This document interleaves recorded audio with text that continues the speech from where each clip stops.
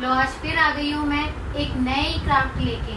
जैसे कि आप देखते हैं मैं कुछ नया नया बनाती हूँ, वैसे ही आज मैंने बनाया है टेम्पल।